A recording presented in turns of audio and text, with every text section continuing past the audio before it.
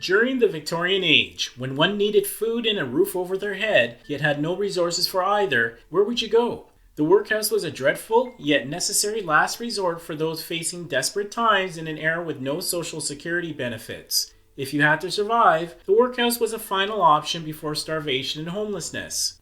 With over 500 locations and parishes across Victorian England, it was the last form of relief available for the destitute. At a time when working hard was compulsory and poverty was viewed as a societal crime, the workhouse was designed to be anything but an easy place of refuge. Officially closed in 1930, they continued to exist in various forms until 1948. Over 16 million residents inhabited these institutions during their existence, which began with the Poor Law Amendment Act of 1834. Even today, 1 in 10 English people had a relation that endured the harsh workhouse life.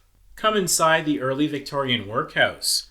Workhouses, designed to be self-sufficient, were administered by guardians from the local parish and funded by taxing local landowners. Their goal was to reform moral character of the pauper inhabitants. Potential residents came from all walks of life, skilled and unskilled, though all in desperation. Upon arrival, a rigid procedure was followed, with personal belongings stripped from the entrance and stored. Separated by sexes and often from other family members, one was then cleansed and put into coarse, uncomfortable uniforms of wool, cotton, and linen. Basic footwear consisting of black hobnailed boots was also provided. Arrivals soon learned the workhouse was a place where constant supervision, order, and discipline were strictly enforced in a highly regimented environment. At 6 a.m. in the morning, the sound of a tolling bell signaled that sleeping quarters had to be tidied and prepared for a morning inspection before wash-up. Not meeting these cleanliness requirements would mean no warm meal to begin a very long day. As for breakfast, this would consist of watered-down oatmeal called gruel and bread adulterated with substances like chalk to make it weigh more. Lunch was from midday to 1 p.m. and consisted of bread, cheese, and similar fare for basic sustenance. Afterwards, residents continued exhausting labor until 6 p.m. With 1 hour allocated for a dinner of beef or mutton stew and suet or bread pudding, residents had to be in bed at 8 p.m.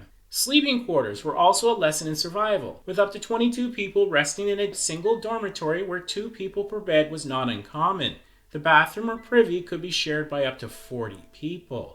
A hard day's labor in a Victorian workhouse. Labor performed at workhouses was especially grueling for young men, seen as undeserving poor because they were able-bodied. Activities such as breaking rocks with sledgehammers and bone crushing was difficult, tedious, and monotonous work. The gravel produced from these efforts would be sold for use on roads and the bone meal as fertilizer. Additional challenges like trying to avoid injury and serious harm while performing these tasks was a constant threat. Women would do tasks like laundry for the workhouse, sewing and preparing meals for consumption. Other work performed by women included maintaining the building and picking oakum, which was unweaving old navy ropes for fiber. If fortunate, children received a very basic education, though the quality was poor, instructed by ill-qualified teachers. The children themselves had little interest in these lessons. Older girls may be put into service at wealthy homes and boys into the lower ranks of military service. Food rations came only after work was performed to exacting standards and quotas. Even if these standards were met, if any other workhouse rules were broken, your food ration would be reduced or eliminated for infractions. Furthermore, speaking obscenities, violence, and disregard for rules led to a stay in solitary confinement within a dark cell, or even worse, a flogging. With only rudimentary medical care and unhygienic conditions, there was a higher chance for illness and death from diseases like smallpox or measles. However, it was the only place poor and destitute people could receive any type of medical assistance and a weekly bath. During the 1880s, a change was made to workhouse medical care with the introduction of professional nurses and separate infirmaries for poor people. Inmates could leave the workhouse at any time upon 3 hours' notice.